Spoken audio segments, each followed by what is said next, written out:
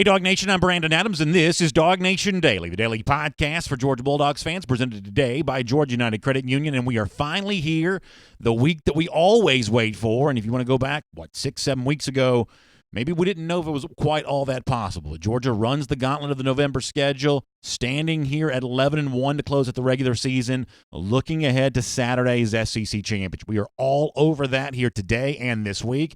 Big announcements about some extra programming coming your way this week. Expanded edition of our program today, DawgNation Daily, presented by Georgia United Credit Union, doing everything we can to cover the Dogs and the LSU Tigers. We'll hear from Kirby Smart on today's show. We'll hear from Ed Orgeron on today's show. The former Georgia All-American Jon Stinchcomb will join us live. We will cover all of those bases, getting ready for the big one in Mercedes-Benz Stadium on Saturday. With that in mind, let me go ahead and tell you, let's go ahead and get it started. DawgNation Daily, the daily podcast for Georgia Bulldogs fans, presented by Georgia United Credit Union on this SEC Championship week, begins right now. Today's episode of DawgNation Daily is brought to you by Georgia United Credit Union. Show your team pride with the Georgia Bulldogs debit card. Check out gucu.org/GoDogs for more details.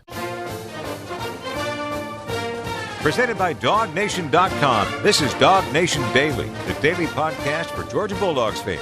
Here's your host, Brandon Adams. Boy, I can't wait for Saturday. Georgia and LSU in the SEC Championship. It's going to be so much fun. And, listen, all you can ask for in life is a chance, right? We know that Georgia has a chance. I'd love to be able to guarantee any of you that, hey, Georgia's definitely going to win. It's going to be easy. It's a punched ticket cakewalk into the college football playoff.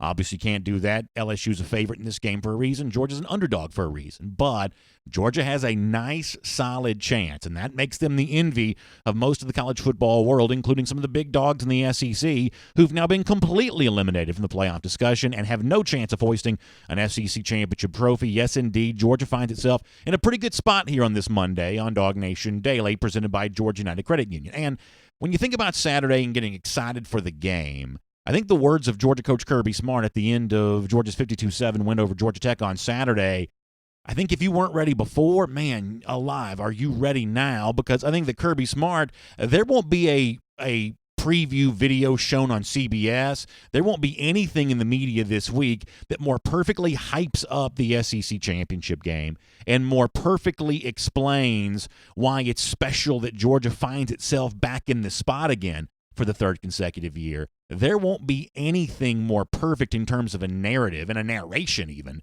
than what Kirby Smart provided on Saturday at the end of the game against the Georgia Tech Yellow Jackets. So as a way of just setting us up for everything we're going to say and everywhere we're going to go this week, here is Kirby Smart sharing his thoughts on why the SEC championship game is so important. Here's Kirby.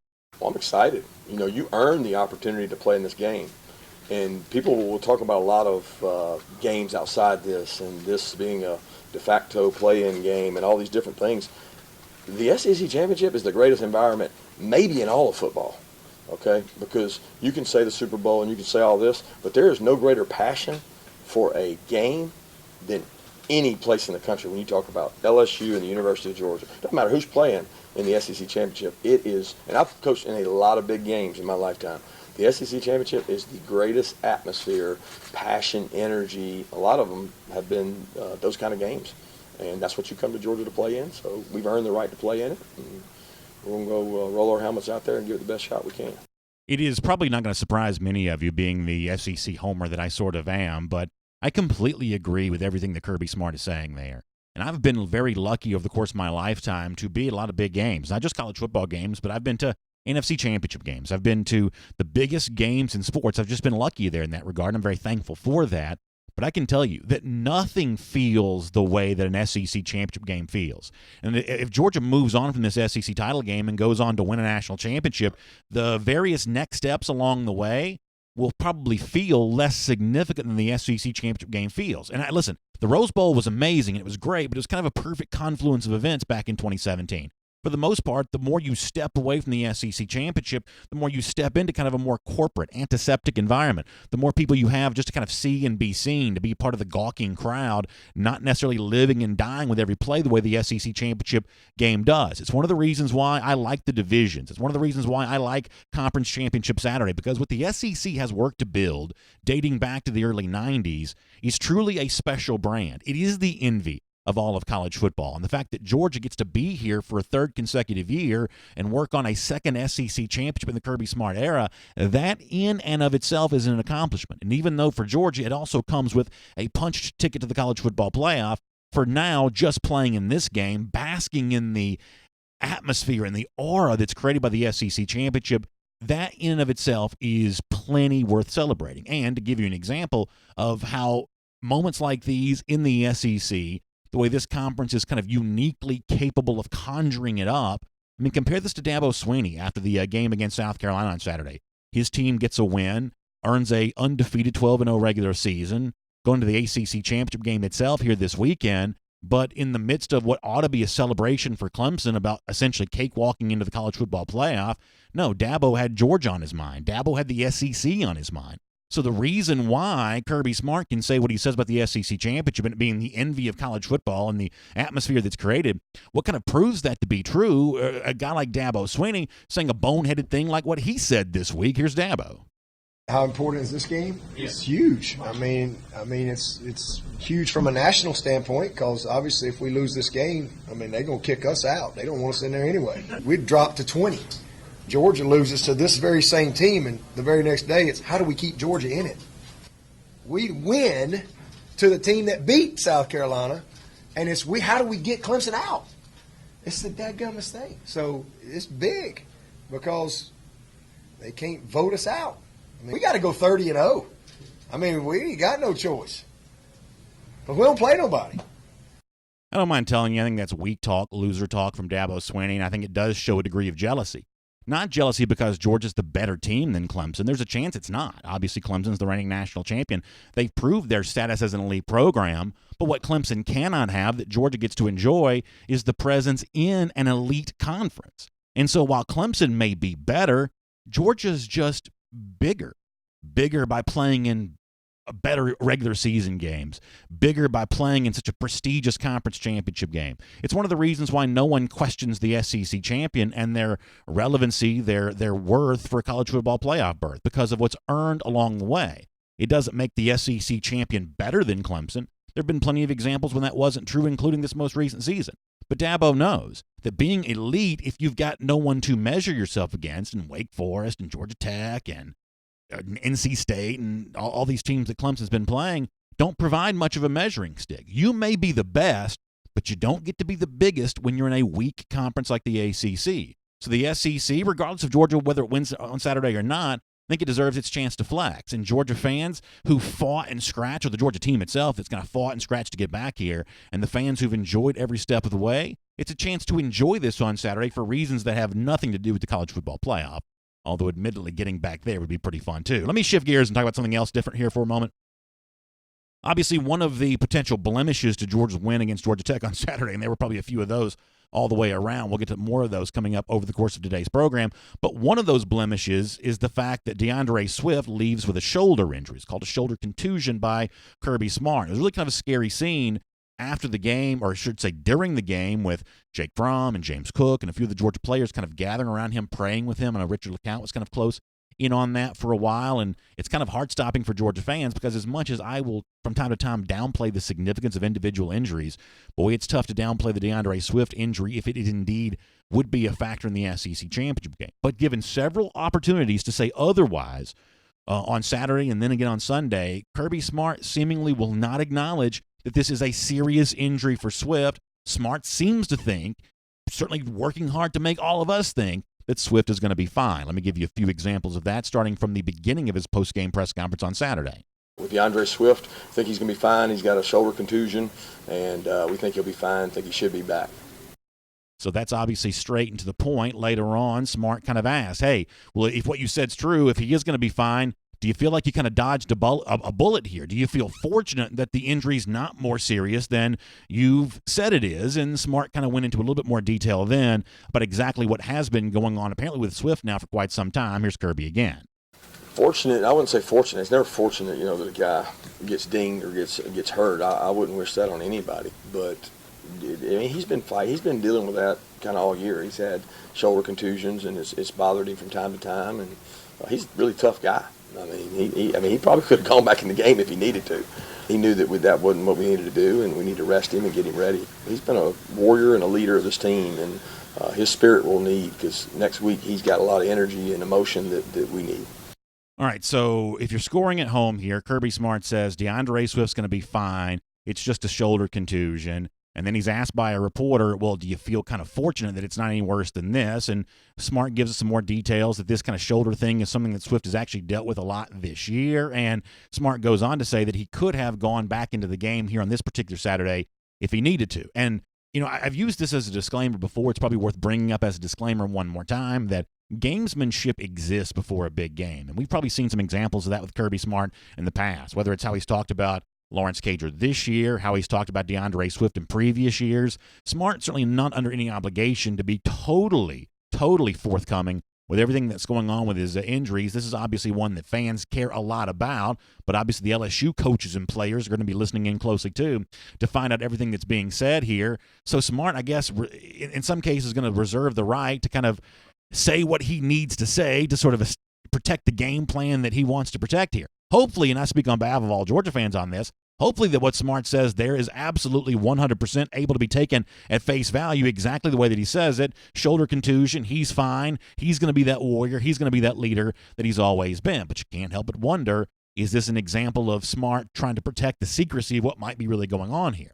The one thing I will give some credit to, though, is the various reporters who've tried to kind of poke and prod at Kirby on this the last couple of days, because this is useful information. Fans want to know this. There's a curiosity there. And while the stuff you just heard from Smart was from yesterday, as a part of an SEC teleconference ahead of the championship game on Saturday, Smart was asked again. Now, you're going to hear the reporter's question comparing what might be going on with Swift, what happened with Auburn running back Kerryon Johnson back in 2017, when he was obviously injured, less than 100%, after leading Auburn to a victory over Georgia that November, was not as effective in the SEC championship game. And for the most part, the Dogs dominated against Auburn here that day. I think that's actually a really relevant question and a nice premise to set up Kirby Smart one more time, even accidentally let it be known that Swift might be dealing with this more than Smart wants to admit is true. And once again, Smart held to his line. If you care about Swift's health, what you're about to hear from Kirby is interesting. Here's the reporter's question and Kirby's response.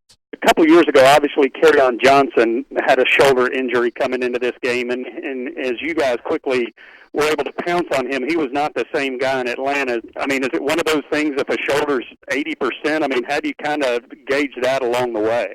Yeah, I don't think it's the same scenario. I expect DeAndre to be fine. So listen, you can't ask any more questions any more directly than Smart's been asked them, and Smart has not tripped up, messed up, or given up any information that he doesn't want to give. He apparently thinks that DeAndre Swift is going to be fully healthy for this game on Saturday.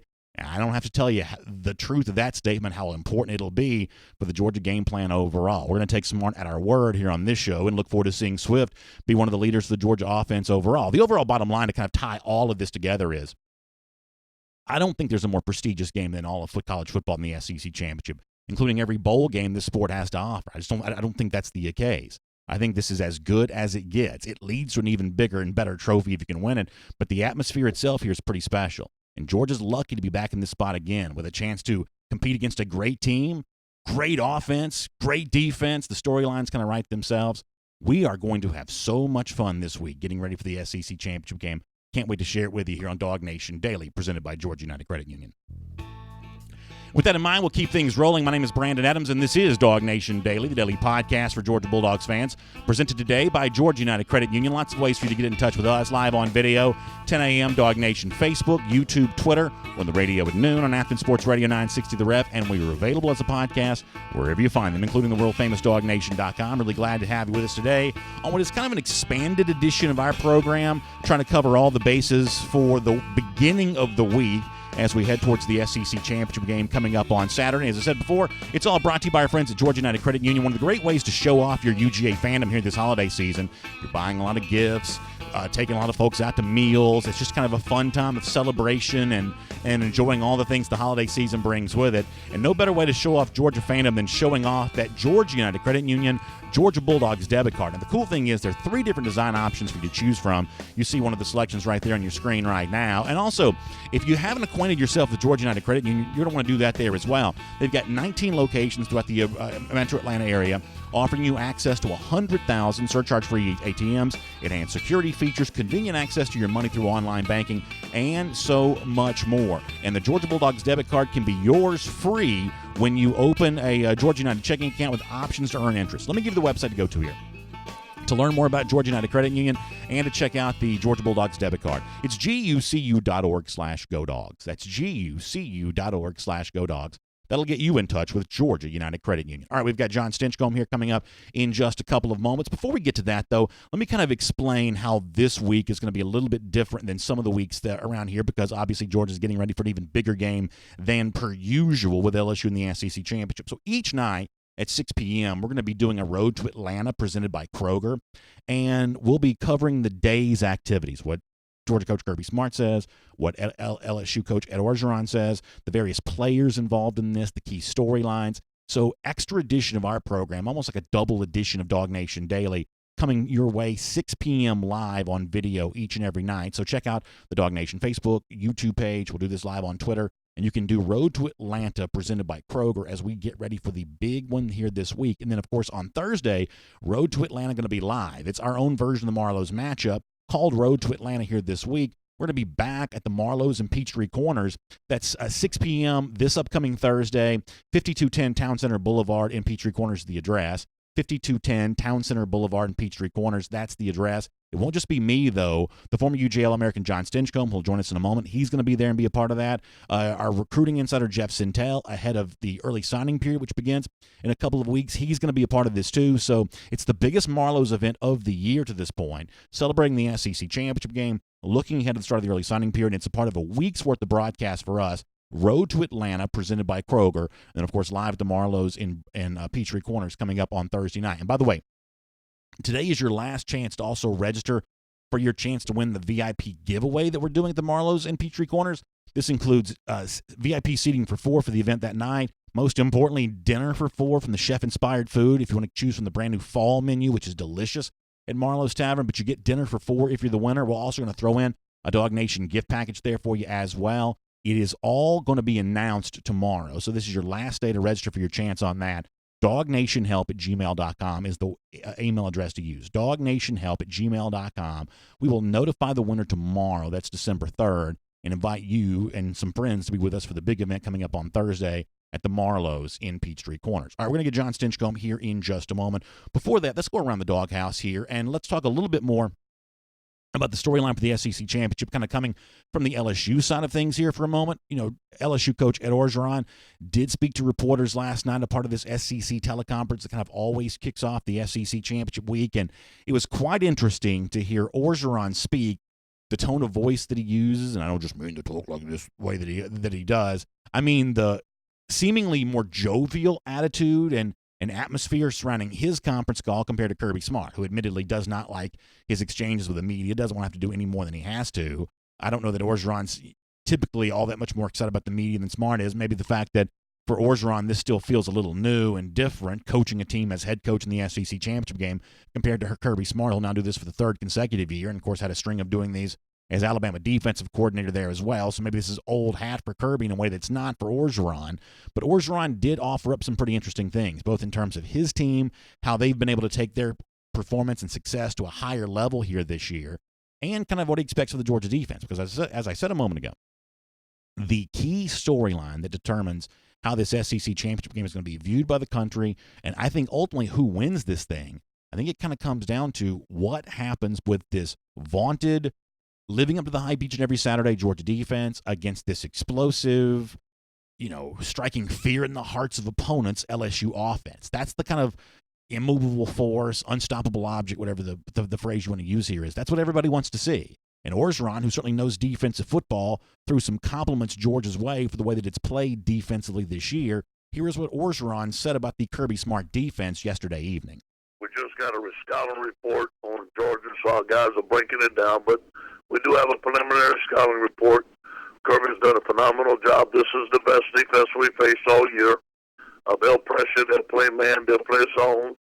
I think it's overall comprehensive of the pass rush that they have and their abilities to cover one-on-one. I think that's what makes them outstanding. So let me kind of speak to the Georgia defensive game plan here for a moment, because one of the things that I've heard, and we'll take some comments live on video later on. Of course, people reach out to me on Twitter at DawgNation Daily, and when we have the conversation, one of the things that kind of comes up is, oh, BA, I don't know about the Georgia defensive game plan against LSU. I feel like the Georgia defensive game plan's been too conservative as of late. And it's probably just factually accurate, objectively true, that the whole narrative of havoc rate and tackles for loss and sacks and things like that, forcing turnovers, the whole narrative of that dominated the spring, kind of matriculated into the summer, and was really kind of very present at the very beginning of the season, for the most part, over the course of the last few weeks, that has seemingly softened a bit, right? And it seems like the Georgia, much the same way, it kind of occupies kind of a conservative offensive approach. I think you can say that Georgia has chosen to play kind of a conservative defensive approach as well. They are not seemingly dialing up as many pass pressures, blitz type things, as maybe at one point in time we thought they might, would during the season. They have seemingly become quite content just to limit yards and limit points. And who can argue with the results, given how stingy this Georgia defense has been all season long? But I can't help but think back to last year's SEC championship game, ultimately a game in which Georgia didn't win. But when you look at the way that Georgia handled Tua Tagovailoa in that game in the early going, I think one of the things that you saw there was a pretty aggressive Georgia defense, all things being equal. Lots of press man coverage to the line of scrimmage against a group, with all due respect to LSU, on paper at least, better crop of wide receivers than Alabama. Georgia had no fear about pressing them to the line of scrimmage a season ago and dialing up pressure. A lot of that came by the one-man gang variety of what DeAndre Walker brought to the table, but it was aggressive for Georgia against the high-powered Alabama offense a year ago. And I'm guessing that for Georgia here this Saturday, I think they'll choose to be more aggressive as well. And in fact, I'm no X's and O's expert. You can take all this with a grain of salt. But if you want to go back and watch some of the ways in which LSU was combated by the Auburn defense a little early in the season, and Auburn had some success there. I think overall, Auburn probably played a more conservative game plan that day against LSU to great effect than I believe that Georgia's going to kind of dial up on Saturday. I think one way or another, they're going to disguise a lot of coverages, right? It's going to be a combination of guys dropping back into pass coverage and trying to get big bear paws in passing lanes from time to time. But it's also going to be well-timed, blitz pressure as well. Also being cognizant of the fact that Joe Burrow may kind of cut it up and use his legs at some point in time. So I think that Georgia, as Orgeron said right there, is going to dial up a lot of different kinds of pressures. And kind of what you've seen from Georgia the last few weeks in terms of a game plan, I don't think that's necessarily the same way they're going to approach LSU here this Saturday. But no matter what the ultimate game plan is for Georgia, the one thing I firmly believe to be true, I believe right now it is just as hard to score on the Georgia defense as it is to stop the LSU offense from scoring. And I know that you can point to the Georgia schedule, even though it's been tough opponents, not always necessarily a great collection of quarterbacks, and you can say, well, the stats for the Georgia defense have largely been aided by the offenses which it's been played. Listen, I'll acknowledge in some cases that Georgia hasn't seen a quarterback yet like Joe Burrow. I'll acknowledge that greatly. But at a certain point in time, the results of the season kind of speak for themselves. And I think for Georgia, that's going to be true here leading in this Saturday there as well. That for everything the LSU offense has established for itself from a reputation standpoint, I don't think the Georgia defense is far behind. I'm just like everybody else, really, really excited about the way these two units are going to match up with each other. It is a phenomenal chess match to watch back and forth between Kirby and Joe Brady and Steve Ensminger and that entire group.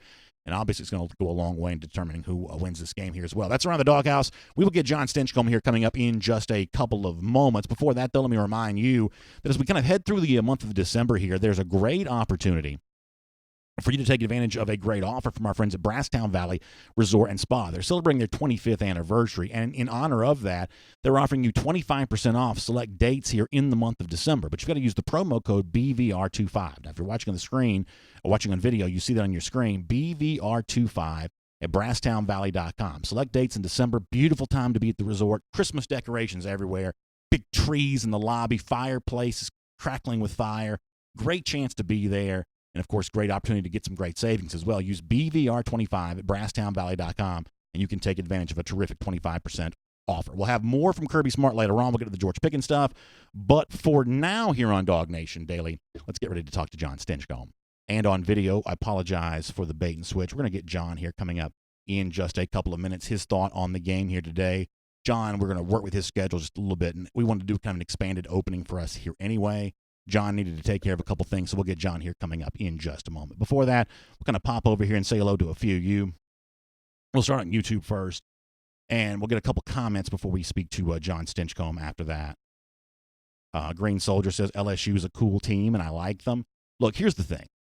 Obviously, I've got great respect for what LSU brings to the table. They're really fun to watch. I mean, that's often true in these SEC championship games, right? I mean, SEC fans obviously love the rivalries, and they kind of love all the things that they do back and forth with each other. But there is a certain begrudging respect you're forced to give. And the way that LSU has carved up defenses all season long, honestly, I've got great respect for that. So, I won't go so far as admitting that I like them or that I, have any kind of like affection for them, but respect for them. Yeah, begrudgingly, I will give you that for sure.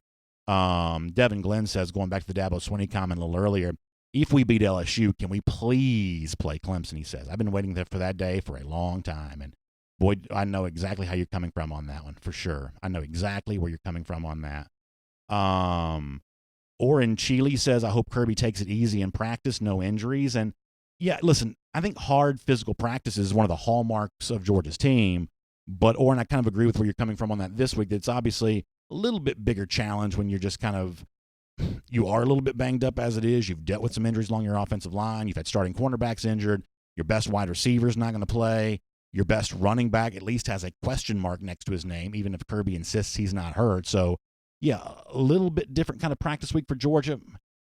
It probably makes a little bit of sense. I'm kind of right there with you on that. Let me pop over here to Facebook for a second. We'll get a couple here, and then we'll get on and hear from Jon Stinchcomb. Jim Withrow says, got a win for recruiting. And it kind of is true that when you have this week of recruiting taken away from you, obviously the trade-off is you've got the biggest stage in college football to showcase your program. But winning on that stage has such a potential dividend paid back to you in the form of recruiting. There's no doubt that's true. So these games, these kinds of wins in and of themselves have tremendous value. But when you think about the potential of the compounding interest on future years, that's incredibly true there as well. Incredibly true. Jimmy Guthrie says something really interesting, and I hope y'all will go to the DawgNation YouTube page and hear this for yourself.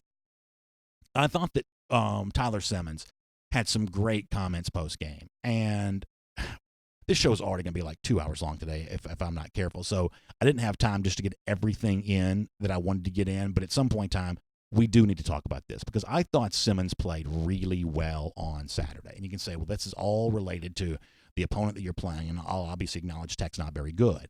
But for Simmons, who, let's just be honest here for a moment, has been kind of one of the more embattled players in the Georgia team, more pointed questions asked about him by fans than virtually really anybody else, right?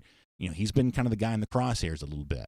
I thought he kind of answered those critics very well. He says, as Jimmy said, that he wasn't surprised to see himself playing well. He was feeling, really good about his chances of kind of having a big performance. And my confidence level in him going to the SEC championship game is admittedly higher now than it was because I thought he tracked balls well. I thought he hauled them in. He showcased the speed we've always known that he has.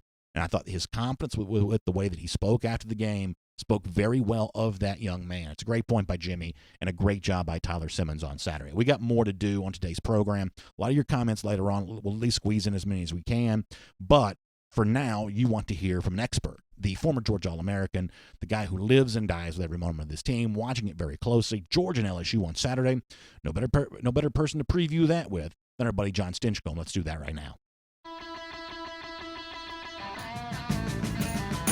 From Athens and across the SEC or wherever the recruiting trail may lead, here's a DawgNation.com insider. John, one of the things I talked about before you joined us was the pageantry of the SEC championship. What Kirby said about that on Saturday, I believe, is 100% true. Let me kind of push that aside for the moment. We may get into that in a minute. Let me just kind of deal with the opponent here for a second, because something else I also addressed before you joined us was the obvious chess match between the Dave Aranda, I should say the Joe Brady, Steve Ensminger offense, the Kirby Smart, Dan Lanning, Lynn Schumann defense, this Georgia defense that has answered the bell every single Saturday, this LSU offense that has found a new way to set records seemingly every single Saturday. I mean, you couldn't ask for a better football matchup than this, both as a fan of the sport and obviously a Georgia partisan. I'm sure you see this from a lot of different angles on Saturday, but you're just as eager as any of us are to find out how this all plays out on the field this upcoming Saturday. Is that fair to say? Absolutely. I can't wait to see it because LSU has done things offensively different from a lot of this country has. And they're trying to redefine what expectations and realistic expectations are for offensive football. And I think the same can be said about Georgia's defense. In an era where 40-plus points has become standard in a lot of places, Georgia's defense has continued to be dominant, which sets it apart. I mean, they are uniquely special in today's game. So I think it really sets up at least that side of the ball as a war of two very clear minds, and something I'm excited about watching. I think everybody across the country is, and Georgia fans should be optimistic, more so than any other team, just because of the defense and the way they've played this season. So I think that Joe Brady, the passing game coordinator for LSU, has not only been the best assistant coach in college football this year, John, I don't think it's too bold of a statement to say that he's been the most influential figure in the sport, period, including players, including head coaches, the impact that he's had. Burrow was a good quarterback before, but he's a Heisman Trophy winner now. I think that Brady gets a lot of the credit for that. And that was interesting to hear Smart say on Sunday, and Smart has traveled around and visited with as many coaches as possible. He is deeply entrenched in those coaching circles. He said that he really didn't know Brady well before his arrival at LSU this year. He's only 30. The honest truth is, before he got the job this year, I'd never heard of him either. You are a former New Orleans Saint. You've broadcast some preseason games. I mean, how much was Joe Brady talked about around New Orleans before leaving the Saints to take the LSU job this year? How much did you know of Joe Brady before he went to Baton Rouge? Well, when Drew Brees starts talking about the quality control guy and how he's affecting their offensive game plans, and that's with Sean Payton, Pete Carmichael, Joe Lombardi. They're the names that you know. They are a trust of offensive knowledge. And all of a sudden, Drew's talking about this guy, Joe. Who's Joe? Well, now the world is starting to come to realize why he was being so influential and noteworthy in those meetings. I mean, he's sharp. It didn't matter the amount of knowledge that he was in the room with. He was able to kind of carve out a niche in what could be, in my opinion, it probably is one of the best offensive groups to have ever seen the NFL. Historically, statistically, outside of the greatest show on turf, probably include them as well in St. Louis in their prime. This New Orleans offense continues to be at the top, and they're talking about the new guy. So I think they realized that the special talent and mind that he had and has, and I think we're getting to recognize his special approach and talents and what he's been able to do with the LSU offense this year. So let me kind of draw in broad strokes then, with all that in mind, that because the LSU offense can get it in such big chunks from time to time, I think the notion of Georgia completely shutting this group down, I just think it's impossible. Listen, I think Georgia has a good chance of winning this game, but it's not going to win the game 16-13 in my mind. I just don't think that you can absolutely obliterate the LSU offense because of the way that it can get so many on so few plays. That's just the kind of thing that it is. To me, though, all these games are going to come down to the same thing. Can you limit their running game while also trying to make sure that you are disrupting the passing game as much as possible? Because the one thing you can't do is let them have a big, explosive passing plays and kind of a consistent, steady running game. That, to me, is where this game is going to be won or lost, because over the course of the season, I've seen the LSU offense seemingly improve running the football. Clyde Edwards-Helaire, the veteran, has really been the guy that has stepped up. At one point in time, I thought it would have been the younger backs like Ty Davis or John Emery Jr., but it's really been more Edwards-Helaire who's kind of emerged in that role here this year. John, I'm going to be overly simplistic for a moment, and I'm not going to apologize for it. I think the first half is about Georgia chopping wood and getting more running yards than LSU, making sure the Tigers don't get a lot on the ground. And if that's the story after 30 minutes, then I think it shapes up to be a final 30 minutes where Georgia has a real chance of winning this game. But I don't think you can have any room to let this LSU running game get started on Saturday, because if you pair that with the lethal Joe Burrow, then you might as well turn the lights off and go home. Well, that's probably one way to look at it, and I think it's a fair assessment. You definitely don't want LSU to have both aspects of the pass game and run game clicking early. I think it really comes down to Georgia has to put some points on the board. Yeah. I think what would help our defense more than anything is to make sure that we're not down by 2 touchdowns in the second or third quarter. I think that really starts to open things up, and what LSU has to do and puts our defense in a bind. I think if we can score some points early and control the clock, I think that's going to be big. But I think our defense is special. I really do. And it's what is remarkable about this defense is there's not that star player. I think usually with these defenses that look so dominant, there's that pass rusher or the cover corner that's locked down, and it enables you to cheat in other spaces. And Georgia's done it through consistency and just overall stellar play from each position group. And I think that can be frustrating for an offense. What I think LSU does really well is exploit weaknesses. I think their defense or their offense attacks defenses in ways that they recognize how to invoke and encourage defenses to compensate for weaknesses, and then they exploit them. And I don't think Georgia has that. I think they've been able to play consistently against the run, against the pass, and that's a strength for them. I don't see this being we've got to keep pace with LSU game. I think if Georgia's offense is able to score early, and I think LSU might be able to get frustrated a little bit offensively because they won't have that same success that they found against other teams, then it really could swing in favor of Georgia having a really good day on Saturday. Let me ask you this, and obviously coincidences exist in life. Maybe this is one, maybe it's not, but look at Alabama for a moment.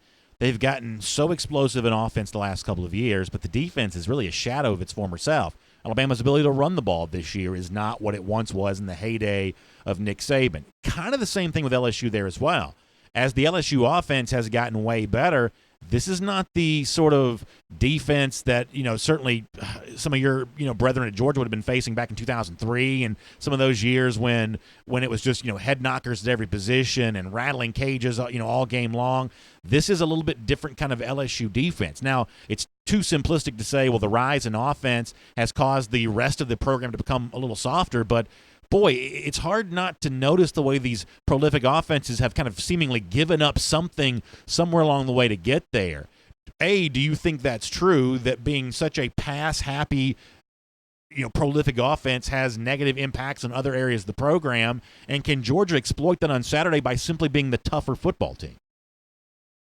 I think, and it's odd, it really is weird to see how this plays out time and time again, where one group, either offensively or defensively, is superior, and it seems to affect the play from a team on the other side of the ball. And you're talking about LSU's offense, Alabama's offense, opening up, and all of a sudden their defense doesn't look quite as dominant. I think part of it is the way teams have to play and go into those games, those matchups, knowing that they have to open up a little bit. And sure, it leads to more points when you're trying to keep pace with these greater offenses, but it really is strange. I think it's noteworthy to say that, is it because their defenses aren't as good, or is it the way offenses are playing against them?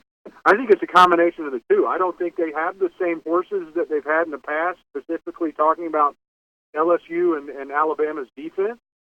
They're good, but they're not great, and they don't have the same personnel. I think part of it's the war of attrition. They've put a lot of guys into the NFL that were underclassmen. You don't see that same development that you have in other places. But it is weird, isn't it, B.A.? Yeah, to see, you see these offenses do really good, and then the defense doesn't look quite the same. Yeah, it's hard to know exactly what to make of all that, but the examples where it's been true are hard not to notice. I've got more questions for Jon coming up in a moment, including allowing him to give a thought on George Pickens, who was both ejected from Saturday's game and now suspended for the first half of the SEC Championship. Before that, a quick word from our friends at Kroger. And if you go to DawgNation.com today, right up there at the top, you see information about a big event, or a couple of big events coming to Kroger's in the North Georgia area here coming up on both Thursday and Friday. You know, Kroger does this a lot this time of year, welcoming, former Georgia greats back. And on Thursday and Friday, former Georgia wide receiver Muhammad Massaquoi is going to show up first at the Kroger in Bon Air on Georgia Highway 96. That's this Thursday, December 5th from 5 to 6 p.m. And then following day on the Kroger in Athens at U.S. Highway 29 North there in Athens, also the same time, 5 to 6 there on Friday. So go to DawgNation.com. You can find out more about these great events and pick the one that's closest to you to kind of go to and see the great former Georgia wide receiver, Muhammad Massaquoi, this Thursday and Friday at Kroger's here in the North Georgia area. Check out more at DawgNation.com for information on that. All right, Jon, so Pickens, kind of a weird day for him on Saturday. He is not playing in the first half, what Kirby Smart describes as a team matter. Comes in for a few minutes. My, oh, my, did he make news while he was there? Scores a touchdown, and then on a Dominic Blaylock touchdown, gets into a, fisticuffs, whatever you're going to call it, with one of the Tech players. Ends up getting ejected from the game there at that point in time, and now, I guess by NCAA rule, will not be available for Georgia for the first half of the SEC championship game. What do you make of what went down with Pickens, and how do you get a guy who's clearly a great player, at least on the verge of being a great player, to control the emotion when part of that emotion and that fire is part of what probably makes him a pretty good player? How do you manage all this with Pickens, I guess, is what I'm asking. Yeah, and I think that's fair. And let me tell you, my first concern, it's not as a fan of Georgia. It's not, my concern isn't that, Cager's hurt and Pickens is expected to be the number one now. And my first concern is for George Pickens, because he's obviously a very talented football player. But I worry because I've seen similar stories, and I don't know. I'm the first to admit, I don't know what all's going on. I don't know George Pickens personally.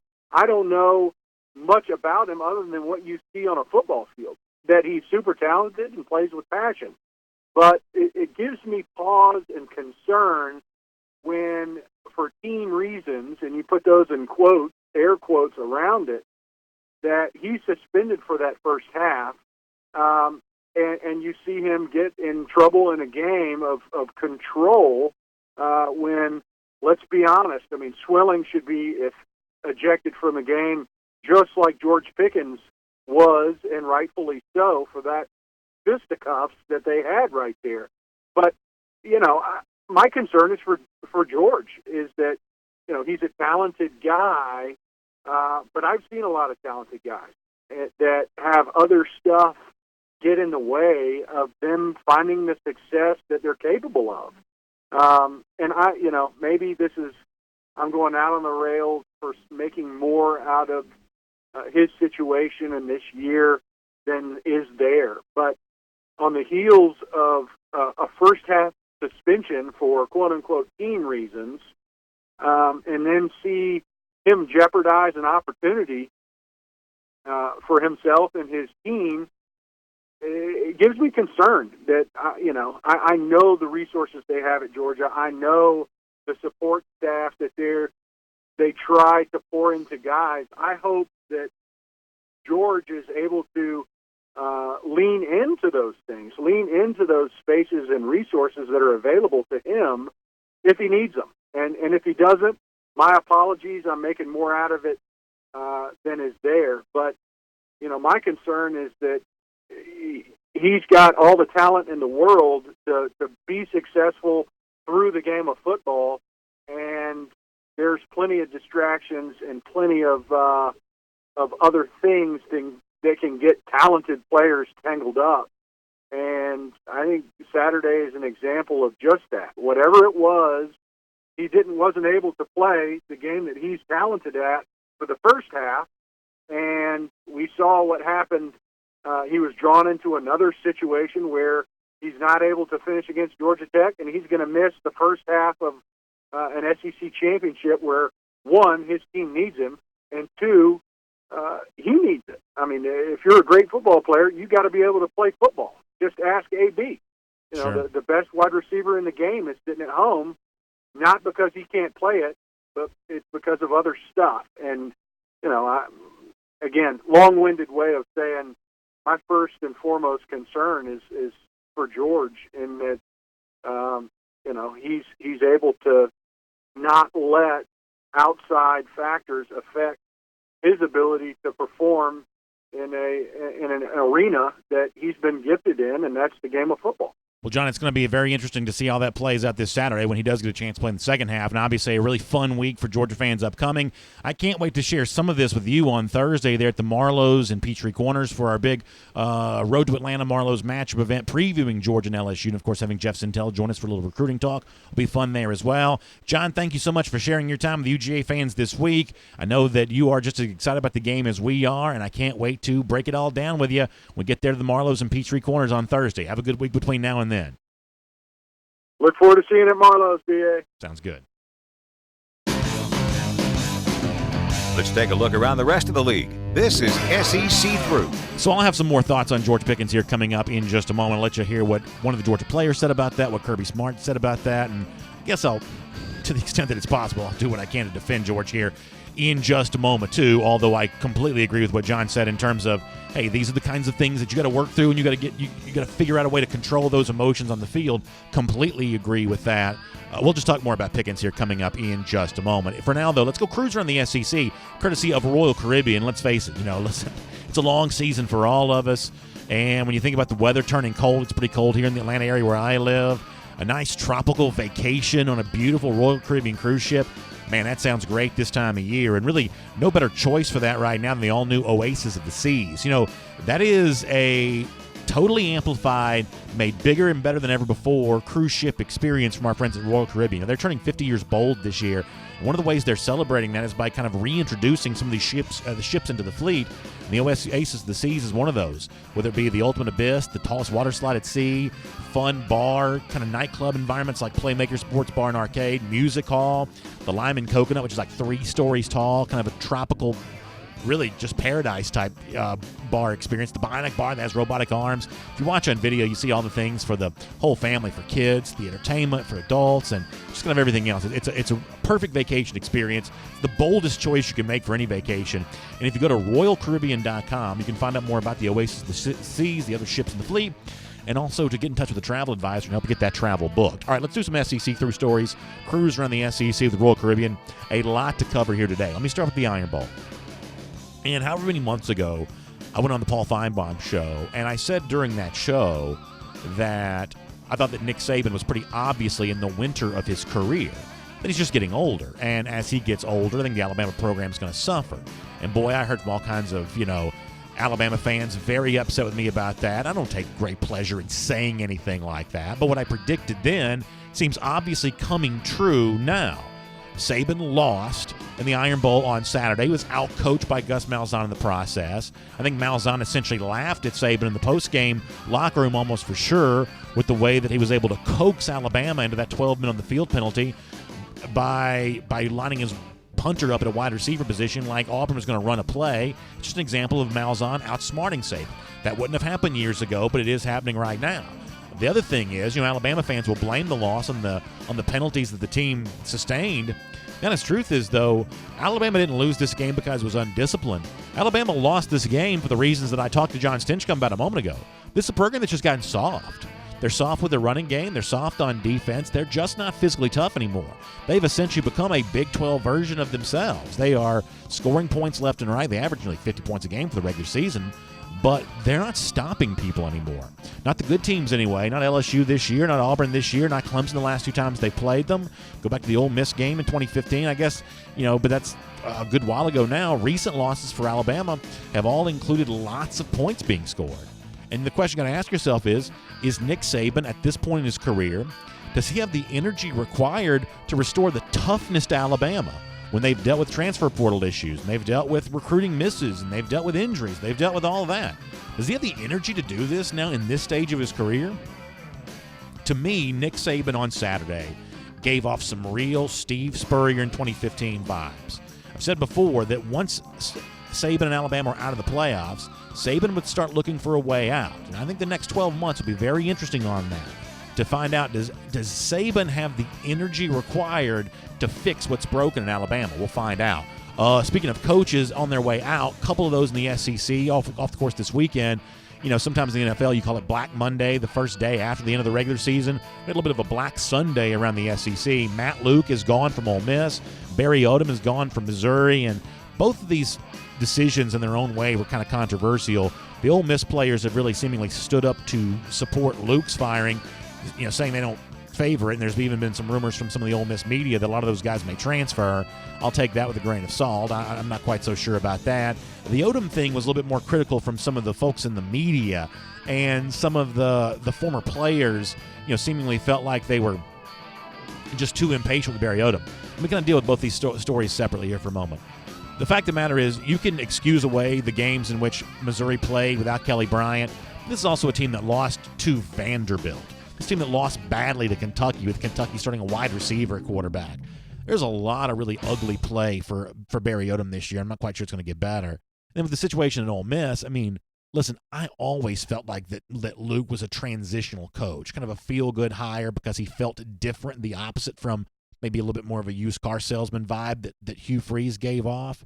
But Luke is the inferior coach between the two, and it's not even really close. I mean, it's just not. So is there a case to be made that you could have been more patient with both guys? Maybe so. But listen, I don't know that too many people are going to shed any tears for either of these coaches losing their job here. I don't know there was any evidence whatsoever that either guy had any chance of achieving any kind of success in the foreseeable future. Also, when you add the fact that Chad Morris is out at Arkansas, that's been now for a while. So 3 SEC coaching openings right now. A couple other cruiser in the SEC stories to get to. South Carolina has made some coaching change to its offensive staff. Muschamp expected to return for 2020, but Dan Werner, the former quarterbacks coach and offensive coordinator at Ole Miss, he was quarterbacks coach at South Carolina. He is now out.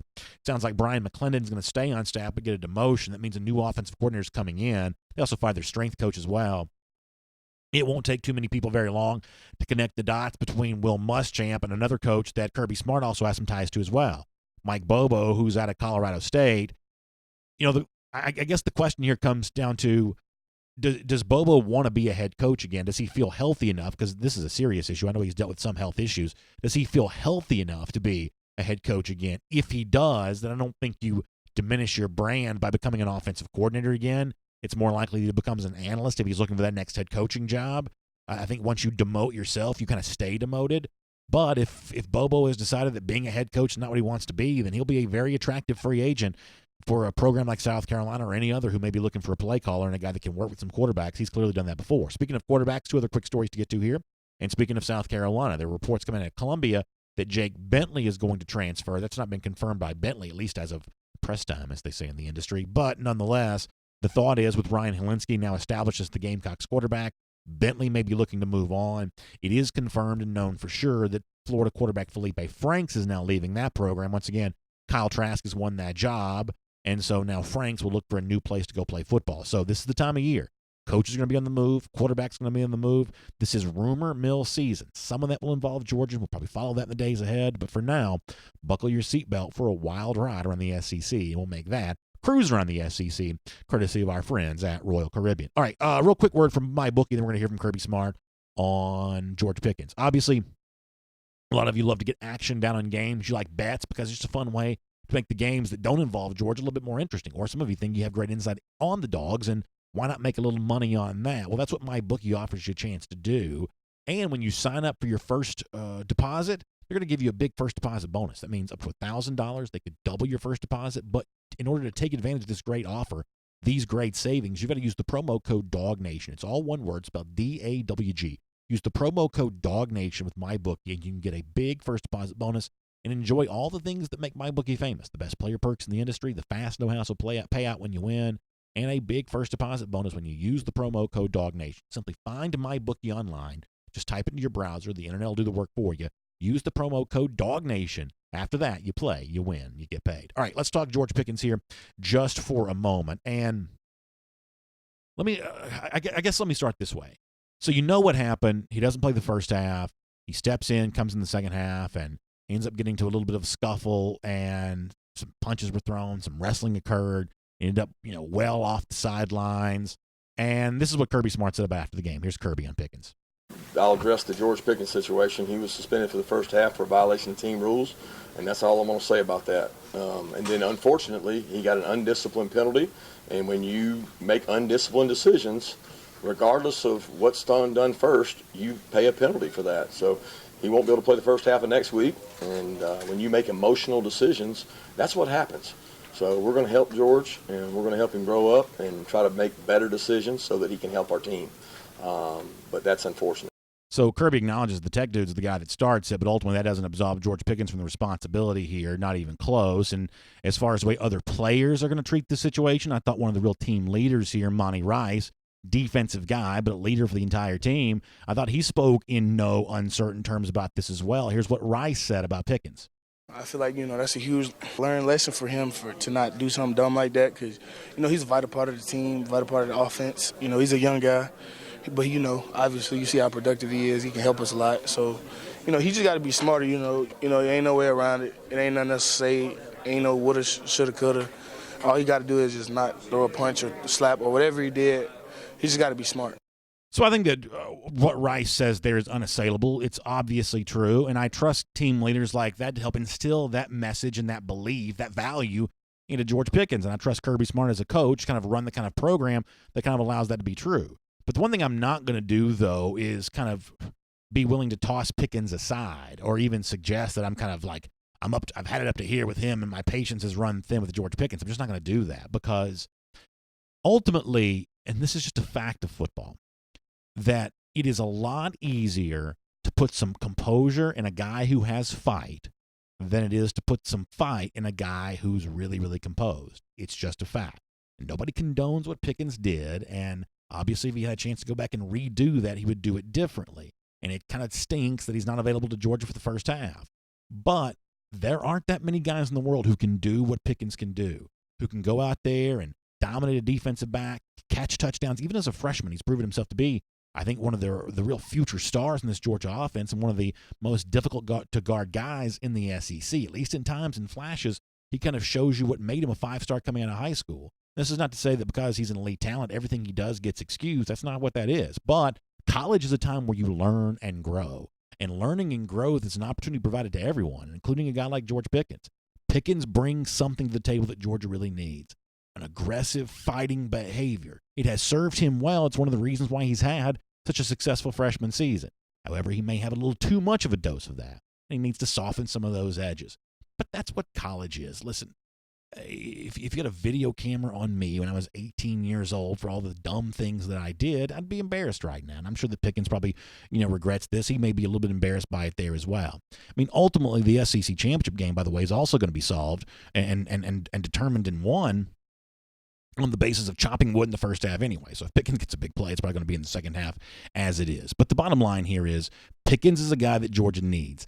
The overall fiery demeanor that he brings to the table is also something of great value to UGA. Now he just needs to learn to turn the volume down on that.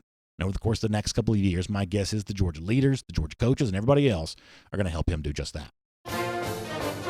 All right, we'll get ready to wrap up here today, but don't forget, tonight, 6 p.m., DawgNation video channels. And by the way, I know for some of you who listen to the podcast, you actually, listen around that time, but most of you listen kind of on demand much later than it's recorded. So just be mindful that we will have extra content, 6 p.m., Road to Atlanta, presented by Kroger, getting ready for Georgia and LSU in the SEC Championship. We'll look forward to doing all of that. It's going to be a very interesting week because obviously we'll be hanging on every word that Kirby Smart says about DeAndre Swift. Certainly good news on that front thus far. We hope that continues.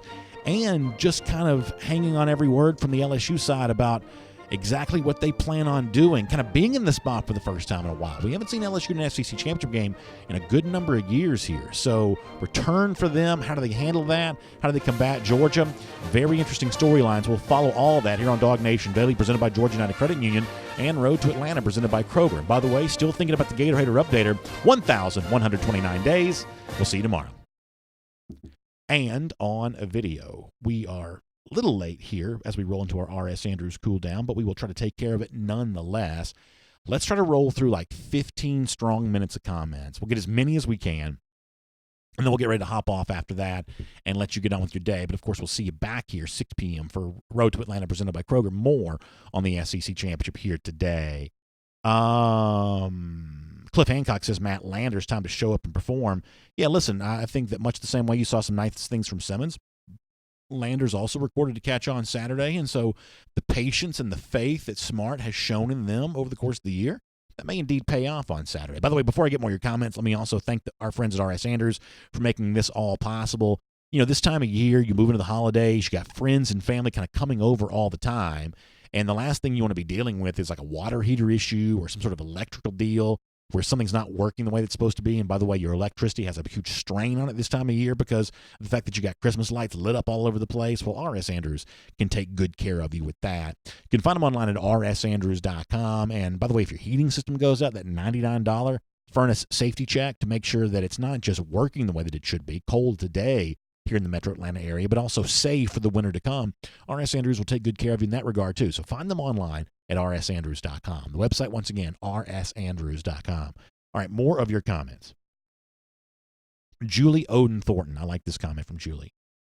She says, we can do this, but it'll be the best game our offense has ever played. I think that's probably true. I definitely think that there is a truth to Georgia can win, but you got to find another gear to do it. I just think that's accurate. I think that if Georgia plays the way that it has played in a lot of these games this season, then it's probably disappointing, right? But we have seen Georgia step up and play better when it needs to. And this is not a kind of re-racking of the old, tired, playing to the level of your competition type deal. That's not what I'm saying here. What I am saying is that Jake Fromm is a film rat, right? He loves to watch game film.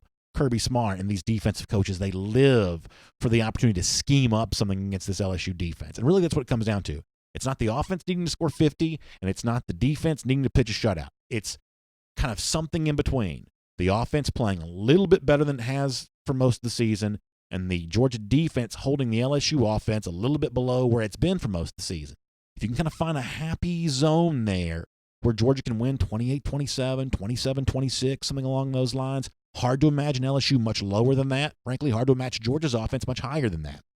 But if you can do one of those, kind of a combination of both those things, I think you're in pretty good shape. Somebody mentioned the pushing for, you got two Georgia guys who are finalists for awards right now. Blankenship making a push for the Lou Groza. We obviously support him on that. Also, J.R. Reed's a finalist for the Jim Thorpe Award. Is it Thorpe or Bednarik? It's Thorpe, right? That J.R. Reed's a finalist for. So national awards, Georgia's won them the last 2 years. You had Baker won the Thorpe last year. You had Roquan won the Butkus the year before. So, yeah, Georgia guys in the mix for those national awards here again. Matt Rukavina says if we can score 28, let me get the rest of his comment. I like our chances. It's going to take quality play calling and execution and offense. Totally agree. A lot of execution, a lot of smart play designs, a lot of creativity, and probably about 28. Some way or another, that's about that number. Marshall Fleming says we have no choice but to ride or die with Simmons. And listen, maybe I'm a victim of recency bias here, but I'm kind of okay with that.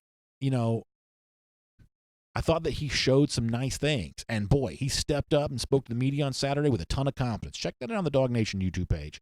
See if you don't come away thinking that Tyler Simmons is ready for a big game here on Saturday. Kathy Aquavia Green, 6 touchdowns scored by 6 different players on Saturday. Good stuff, folks. I like that there as well. Okay, Dax, you may be right that it's the Bronco Nagurski Award, the award for the best defensive player. There are 2 national awards for top defensive player in the country. The Bednarik, I believe, is one. The Bronco Nagurski is the other. And you may be right. I apologize for misspeaking on that.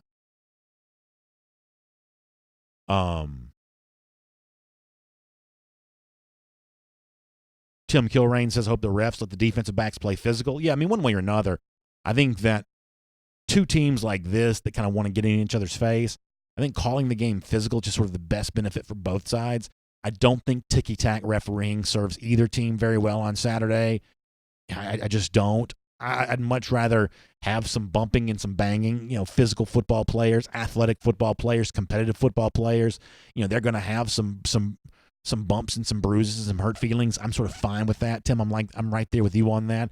Let this be a game where both sides are allowed to play. I got no problem with that. Lonnie Floyd and the subject of Zykevius Walker, I thought he was all dog. Yeah, we're going to talk more about the Zykevius thing with Jeff tomorrow.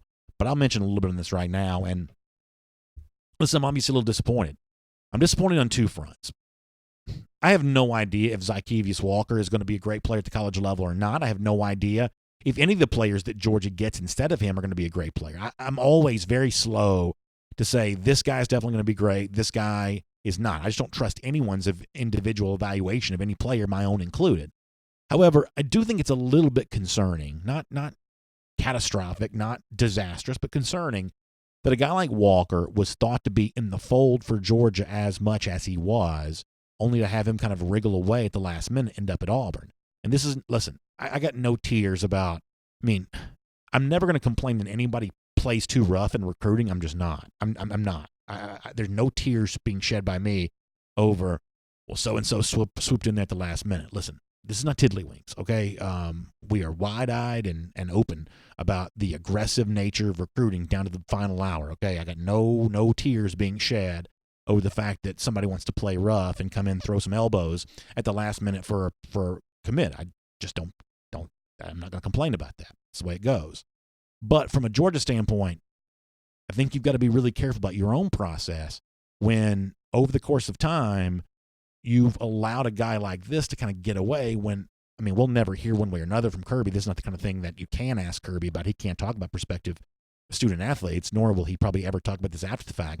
But you'll never know how hard Georgia recruited him all the way through. Were there moments in which that recruitment kind of waned? You'll never really know that one way or another. But, Walker, to me, just cut and dry, seems to be in your own state, 4-star defensive lineman. This guy you need, right? There's no need to kick the tires in this too much. You've got to fill your program with guys like Zykevious Walker. So I do think it's a little bit of a miss from Georgia there in that regard. And I think I'm kind of with the average fan who is kind of frustrated about the fact that we've kind of gone months and months and months and months with like no recruiting news whatsoever. And it's kind of all been this theme of, well, that's okay. Georgia has all these silent commits, and eventually these silent commits are going to announce. Speaking as a media dude here for a moment, I think I'm done with silent commits. I just think I am. I'm not going to push that narrative anymore. I'm not, and there very well may be silent commits in the future, and they may very well be some current silent commits for Georgia right now. But to the extent that I've contributed to the silent commit narrative, I'm just done with that. I am. I'm going to treat everybody with some intrigue if they're not willing to go public with their decision. And I think that would have been if I could go back and do the 2020 class all over again, I would have done that a little bit differently. I would have asked maybe some more pointed questions along the way of why are these silent commits staying so silent? Because clearly something seems to be kind of going on there. So, yeah, we'll talk more about Jeff on that. I don't have an expert opinion on this. I just have an opinion. And my opinion is that I understand the frustration of Georgia fans who waited and waited and waited, only to now kind of find out of the few of the guys you thought you were waiting for, now they're not coming. Now, obviously, we know the Georgia class is still going to be top shelf, right? The average per player rating is going to be really, really high, if not the highest in all of college football. I honestly don't know right now. I just know that it's really, really high. But is there a little frustration about just how much of an information desert we've been in over the last few months, and now that information in the 2020 class is starting to come out, it's kind of bad news? Yeah, I kind of get fans on that. John Benton says, I like this phrase, it's time for the young bulls to make their mark. And that's so true. One of the things that Georgia can really lean on Saturday is, even though the LSU starters are like really, really good, there's some defensive guys who'll be first-round draft picks. They're obviously offensive guys who are impossible to guard. Georgia has been out-recruiting LSU now for a number of years. That's starting to change. LSU's got a pretty good 2020 class being put together. Orgeron's got a pretty good pitch. He's keeping more guys in Louisiana home. He's kind of extending his borders nationally. LSU's kind of getting back to being an elite program again. But for the last couple of years, Georgia's been out-recruiting LSU. Those young bulls, as John calls them, them making their mark in a game like this, I think that's pretty important. I think that's important. Alan McGovern says that he thinks a narrative is developing about UJ and recruiting. To me, it's too soon to say that. But I will say this. The only recruiting storyline that kind of matters right now is, can Georgia win with the players that it has? And can it put those players in the NFL? If it does, the pipeline of 5 stars and very high-rated 4 stars is not drying up anytime soon. But there is a life cycle to a program where when you first come in, a coach can sell the newness of the program. And then you can sell the opportunity to play right away. then after that, you better be able to sell this being the place to be, which means you win a national championship. And by the way, for the most part, over the course of the last 2 decades, every coach that has won his first national championship has won it within his first 4 years on the job, with the exception of Dabo, who had a Hall of Fame quarterback in Deshaun Watson, and Mac Brown, who had a Hall of Fame quarterback in Vince Young in Texas. Those are the only 2 coaches who waited later to win their title, and they probably used an all-time great quarterback to get that done. Other than that, guys who win titles win them in their first year, because over the course of kind of a 4-year cycle, there are narratives that get hardened one way or another, and Georgia's got the elite talent. There are probably only 2 teams in the country that can say they've consistently out-recruited Georgia. It may be Alabama, it may be Ohio State, and even that's by a narrow, thin margin. So now the talent that Georgia has to aid its future classes, the rest of 2020, 2021, 2022, the way to kind of keep that pipeline, that momentum going is you've got to show yourself capable of using these guys. Win with the ones you have now. Send those guys into the NFL, especially some of the positions where Georgia hasn't had a lot of draft picks in a long time. At that point in time, then Kirby can simply throw up the shingle and say, hey, we're open for business, and he's going to have no shortage of guys trying to come into the program. But if Georgia falters with the elite recruits that it has collected, it's just a fact of life that there will be some negative recruiting blowback from that somewhere along the way. All right, let us get a few more YouTube comments, then we've got to get ready to go. Green Soldier says, J.R. Reed going to the NFL is an amazing sell. You're right about that, Green. That's an example of Georgia definitely getting one right. All right, let's see what else is going on. Scott Harris says, any comment on the Elijah Moore celebration penalty? That goes back to the Ole Miss game from Saturday. Obviously, Elijah Moore's a one-time UGA commit. Listen, the Egg Bowl never disappoints, right? It's one of those rivalries. It's kind of like, something, it's like a guilty pleasure. Like, you don't really admit that you're entertained by how nasty that one gets, but admittedly, I can be pretty entertained by what goes on with the Egg Bowl. I've said this a million times, and there are no shortage of opportunities for you to see this be true. I try to be a good person, but I've given up on being perfect. One of the ways in which I'm imperfect is being entertained by things like that. And so, yeah, I thought it was funny. Obviously, it's a devastating moment for him, a tough one for him to live down. But when it happened, I'll admit I was laughing. Crow King 123 on the subject of losing Jordan Birch. Boy, Crow, let's hope that doesn't come true. Let's hope that Georgia can finish strong and bring in a guy like that. But we'll certainly be following it. Jalen Jackson, good point. UGA's offensive line is going to determine whether or not we win this game on Saturday. I think there's a strong case to be made for that. If they control the line of scrimmage, the offense will move the ball. And I think that's true. One of the areas in which Georgia has beat out almost everyone is the collection of offensive linemen it's brought in. And, hopefully a healthy Cade Mays. Hopefully 5 guys with Mays and Salyer kind of falling behind, or Mays starting over Ben Cleveland. You're never quite sure the status of that right guard competition. But hopefully those 7 guys, your 7 top linemen, are ready to really assert themselves. It is fair to admit that was not necessarily the case in the 2018 meeting, where at some point in the game, and I believe this is more of a schematic thing than a toughness thing, Dave Aranda, the LSU defensive coordinator, just showed a defensive look that coaxed Georgia into not running the ball. My guess is that this week we may end up re-examining that 2018 game a bit, looking at what LSU did to Georgia there that day. And whatever it was cannot happen again this Saturday. And one of the guys that, by the way, was instrumental in that, Braden Fehoko, will also be playing in this game here. Good defensive lineman transfer into the LSU program for 2 years ago. You got to find a way to assert yourself. I think Jalen's right about that. Defensive line matters.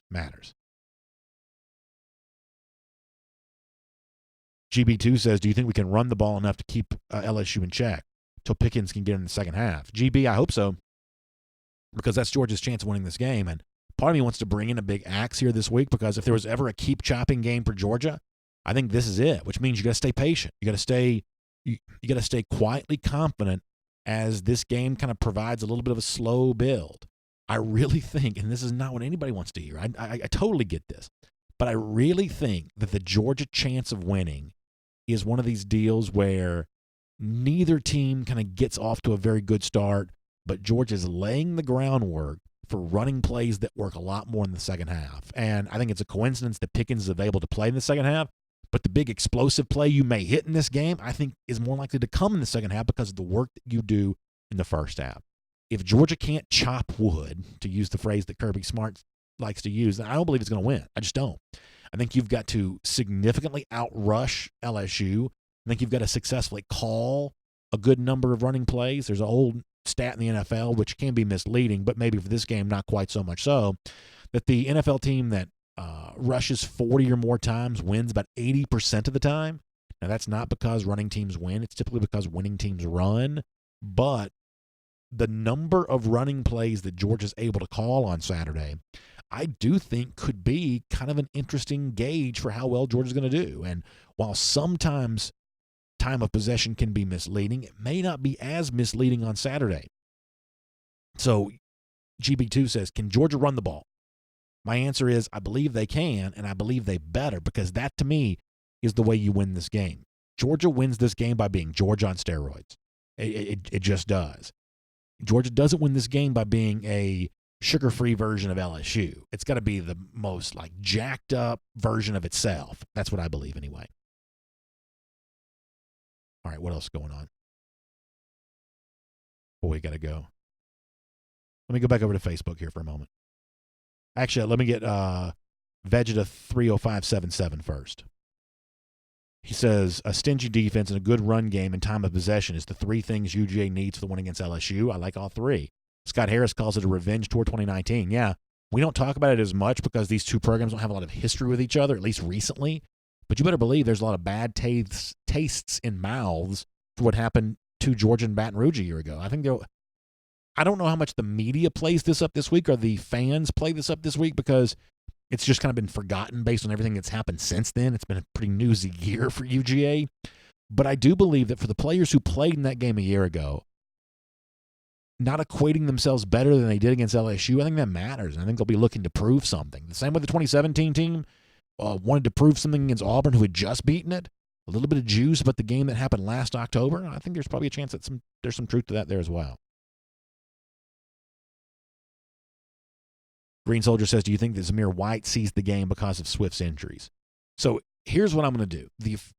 Our position around here is going to be that until we see evidence otherwise, we're going to take Kirby Smart at his word that DeAndre Swift is fully 100% healthy, because gosh knows they don't make him any tougher. What is it Jim Ross likes to say? Tougher than shoe leather, tougher than a 10-cent steak. That's about what I think of DeAndre Swift. He is Philly prize fighter tough. He is Rocky Balboa tough. And, yeah, so I'm going to take Kirby to his word for now that he's 100% healthy. And if that's the case, then this is a game that's going to belong to him, and it should, with all due respect to Zamir and the rest of the guys. Barry Gully says, is Swift out? No, Kirby says that Swift is 100% healthy. 100% healthy. Taylor Lee says, NFL scouts are not impressed with Jake Fromm. You know, for right now, I'm not going to worry about what any scout says about Fromm. Fromm's story is still far from written. And we've been saying this now, even going back to the preseason, that ultimately the Fromm story, the biography of Jake as UGA quarterback, was always going to be written over the course of the full year. And if you think about it, let's be optimistic for a moment. Georgia could have as many as 3 games left. SEC championship, college football playoff, national championship game. If that's the case, that's 20% of the full season for Georgia. So right now, you could possibly be making an evaluation of Fromm only based on 80% of the data points. Think about that for a moment. Now, that doesn't mean that the final 3 games are going to see a dramatically different version of Jake Fromm. Doesn't necessarily mean that. But it could. And if Fromm goes out and does an SEC championship games, what he's capable of doing, if he repeats the performance he had in the Rose Bowl in another college football playoff game, in the national championship game, he's able to correct the record from his previous appearance there where his team came up just short. You add 20% more data to the story on Jake Fromm, and how much does that change not just the story of his season, but the narrative for his career? So let's hold off on too many bold, sweeping proclamations about Jake Fromm until all the data is collected. There could be some pretty interesting lines on that Wikipedia page that haven't been entered yet. Tim Tatum, I'll admit I've thought about this. He says Jake Bentley is definitely leaving South Carolina, BA. Is that worth a look or not? Now, I don't know that he definitely is leaving. I just heard reports that he might. Admittedly, if Fromm were to leave, and that's obviously putting lots of carts before a great number of horses, I have thought about a guy like Bentley. And listen, the one thing I kind of believe is that a quarterback that had meager results for one program could potentially have far better results for Georgia just because it's a better offensive line and better overall talent. So if Georgia were in need of a transfer, a guy like Bentley is a little bit of an interesting name there, presuming he's a graduate transfer and kind of go wherever he wants. That's kind of an interesting name. There may be more interesting names out there than that, but I wouldn't be so quick to write off Bentley simply because he lost his starting job at South Carolina. Because of what Georgia has at its disposal, there's a chance they could get more out of a transfer quarterback than other schools could. CBS has confirmed it. All right, thank you, Tim. I appreciate that. Kenneth Wiggins laughs. I get it. I mean, I understand why you're laughing, Ken, but one way or another, if Georgia goes to a transfer quarterback, it may be a guy who you look at, even if it's not Bentley. And this is only relevant if Fromm leaves. But even if it's not Bentley, the guy that Georgia brings in may not have like the world's greatest stats. Don't be so quick to assume, though, that guy can't play better at Georgia than he would somewhere else.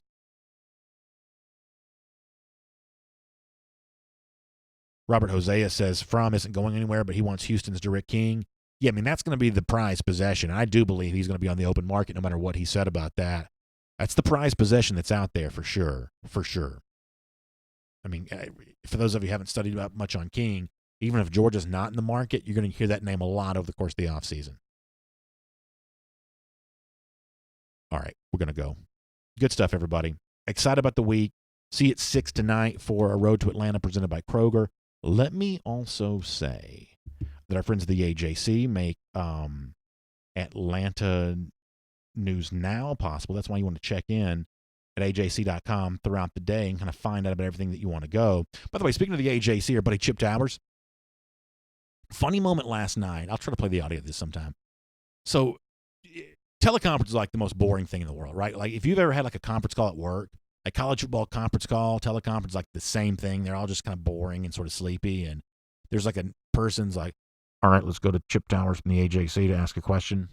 And Chip asks this question to Ed Orgeron, and Ed Orgeron kind of comes back and says, I won't do the voice. But he's like, Chip, I've been reading you for a long time. And he also said, been reading AJC recruiting too, which to me kind of sounds like a shout out to our in-house producer here, Michael Carvel, as well from Ed Orgeron. So apparently Ed O has been reading the AJC for quite some time. I was not able to ask him if he's a DawgNation Daily listener or viewer, but apparently a little bit of a shout out for the AJC last night from Ed Orgeron. So congratulations to Chip on that. By the way, if you're interested in Hamilton tickets, the musical that's coming to Atlanta, AJC's got a good story on that. Also, kind of a weird story about an Atlanta tow company using robots. First of all, I'm scared of robots. Some of you are scared of clowns. I'm scared of robots. Apparently, robots towing your car now. Also, kind of a look back at everything happening around the world of sports, including the NFL weekend. Falcons were obviously losers on Thursday, so lots of sports as well. AJC.com for Atlanta News Now. Check that out, AJC.com. Huge thanks to R.S. Andrews for making all of this possible. One of the things we love about R.S. Andrews for all of our air, heating, plumbing, electric needs, they show up on time, they do the work that's promised, the price is promised. That's why we like R.S. Andrews. You'll like them as well. Check them out online at rsandrews.com. I'll see you tonight at 6 for Road to Atlanta presented by Kroger. We'll look forward to talking to you then.